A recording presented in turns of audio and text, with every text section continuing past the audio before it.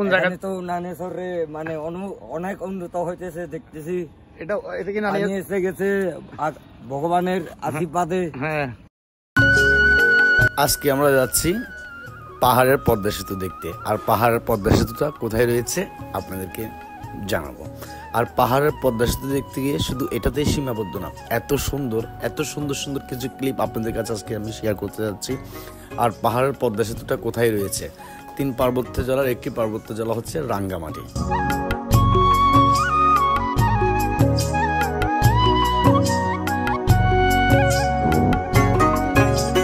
আর এই রাঙ্গামাটি ঘিরে রয়েছে হাজারো পর্যটক পর্যটকরা আসে ঘোরার জন্য। আর আজকে আমি যাচ্ছি তেমনই একটি জায়গায়, নানিয়ারচর ব্রিজ। আর নানিয়ারচর যাওয়ার আগে এমন সৌন্দর্য কিছু জায়গা অনুভব করেছি, ইচ্ছা করতেছে এখানে মানে থেকে যাই, এত সুন্দর। আর সৌন্দর্যের রানী হয়েছে চট্টগ্রাম। এই সৌন্দর্যের রানীর কাছে আপনারা আসলে মনোমুগ্ধকর হয়ে যাবেন, ঘুরতে পারবেন। আসলে পাহাড়ি অঞ্চলে যারা বসবাস করছে, যারা পাহাড়ি অঞ্চলে আছে, তারা খুব ন্যাচারালি মানে খাওয়া দাওয়া করে। তো আজকে আমরাও করব, ওদের হোটেলে খাবো আর দেখব কি রয়েছে এই বান্দরবন নানিয়ারচরে। আর নানিয়ারচর ঘিরে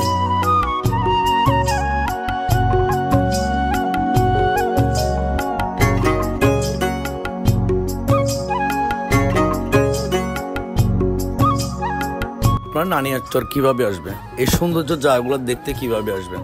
যারা রাঙ্গামাটি ছিলেন তারা অবশ্যই কি নানিয়ারচর আসার লোকেশনটা খুব শর্টকাটলি।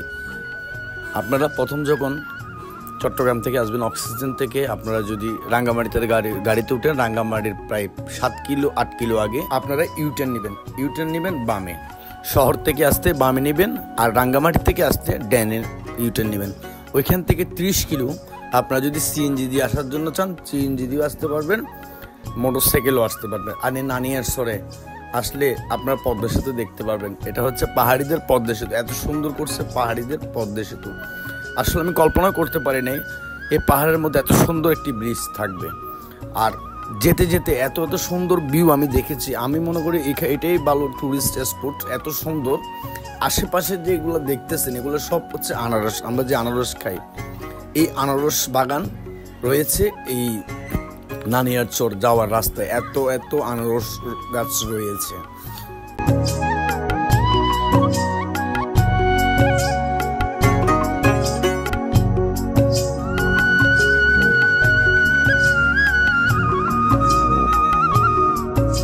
সাধারণত আমরা আকাশপথে গেলে এই ধরনের ভিউ দেখা যায়। আসলে বাংলাদেশের এত সুন্দর জায়গা রয়েছে, আপনারা কি জানেন? না জানলে অবশ্যই আমার এই ভিডিওটি দেখে চলে আসবেন নানিয়ারচর যখন আসবেন তখন দেখতে পারবেন ভিউ কাকে বলে, প্রাকৃতিক সৌন্দর্য কাকে বলে, পাহাড়ি সৌন্দর্য কাকে বলে।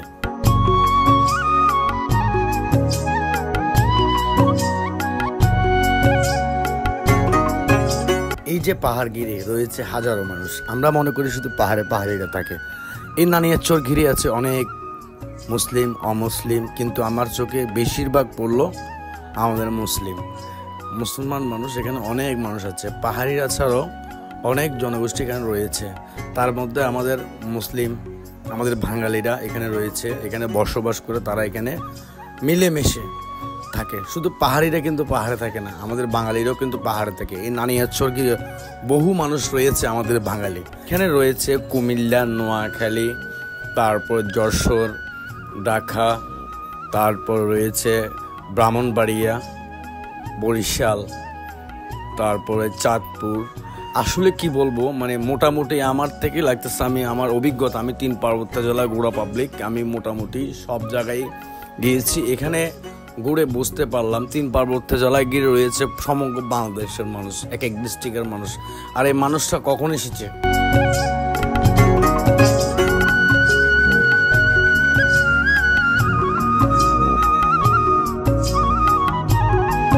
এই মানুষগুলা কখন আসছে? এই মানুষগুলা আমি 3 পার্বত্য জেলা ঘুরে দেখলাম, আমাদের বাঙালি ভাইদের সাথে কথা বলে দেখলাম তারা নাকি আসছে এখানে প্রায় 40-45, কেউ বলে 60 বছর আগে।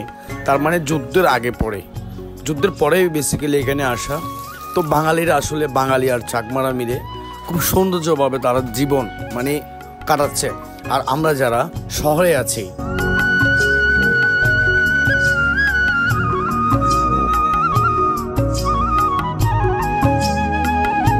আমরা কি এই শান্তিটা পাচ্ছি? শহরের গাড়ি, কলকারখানা, এত এত মানুষ, এই যে হ্যাচিংয়ের মধ্যে আমরা থাকি, এত ঝড় ঝামেলার মধ্যে থাকি, এগুলো যখন পাহাড়ে আসি ঘোরার জন্য, কোনো কাজের ক্ষেত্রে যখন আসা হয়, মানে আমরা সব কিছু ভুলে যাই। আমাদের বাড়িঘর যে শহরে রয়েছে ওই মুহূর্তের জন্য এগুলো ভুলে যায়। এত সৌন্দর্য, আল্লাহর প্রাকৃতিক সৌন্দর্য, এই যে আশেপাশে চারিপাশে গাছ, মাঝখানে রোড রয়েছে, মানে এত সুন্দর। আমরা শহরে যারা থাকি, রাজধানীতে যারা থাকি, আমরা কিন্তু সচরাচর আমাদের মেজাজটা অনেক কিটকিটে হয়ে থাকে, কারণ আমরা প্রাকৃতিক এই সৌন্দর্যটা, এখানে শান্তি, এই শান্তিটা কিন্তু আমরা শহরে পাচ্ছি না। গাড়ি ঘোড়ার সাউন্ড বলেন, কলকারখানার সাউন্ড বলেন, রাতের বেলা 12টার পরেও 2টার পরেও যে একটা সাউন্ড আসছে, যারা বেসিক্যালি রাস্তার পাশে ঘর বাড়ি রয়েছে তারা কিন্তু ঘুমাতে পারে না গাড়ির সাউন্ডে। আর যারা পাহাড়ে রয়েছে তাদের জীবন,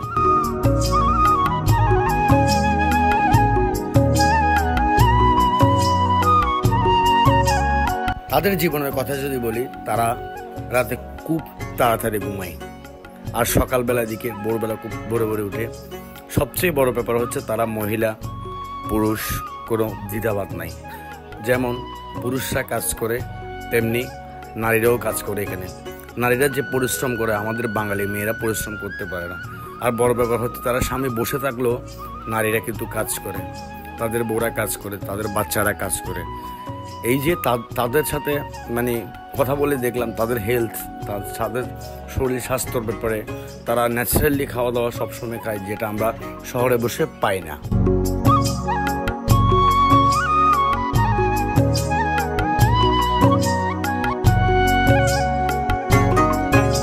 আমরা পাবো কিভাবে? আমরা খাই তেলের পরোটা, আমরা সবসময় ভাজা পোড়া খাই, 2 নম্বর জিনিস খাই। এই যে পাহাড়ের গাছের আম আমরা পাই, এখানে মেডিসিন যুক্ত আম আমরা খাই, পেঁপে, যতগুলো ফল আমরা খাই সব হচ্ছে ভেজাল।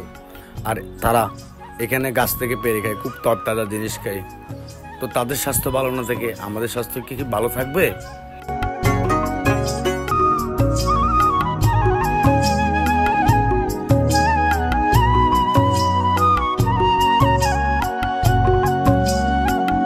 তো গাইস, কথা বলতে বলতে আমরা অনেক কাছে চলে আসছি। আমরা অল্প কিছুক্ষণ দূরে গেলেই আমরা নানিয়ারচর, এই যে পদ্মা সেতুর কথা আপনাদেরকে বলেছি, ওই পদ্মা সেতুর কাছাকাছি কিন্তু আমরা চলে আসছি।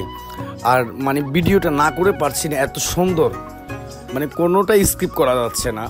যে আশেপাশের সৌন্দর্য, পাহাড়ি সৌন্দর্য, মানে এত সুন্দর। আপনারা যারা শহরে আছেন অবশ্যই কিন্তু পাহাড়ে ঘুরতে আসবেন, বছরে একবার হলো পাহাড়ে ঘুরতে আসবেন। পাহাড়ে ঘুরতে আসলে মনটা শান্তি হবে, আপনার দিনটাও সৌন্দর্য যাবে। সময় যখন পাবেন পাহাড়ে ঘুরতে যাবেন।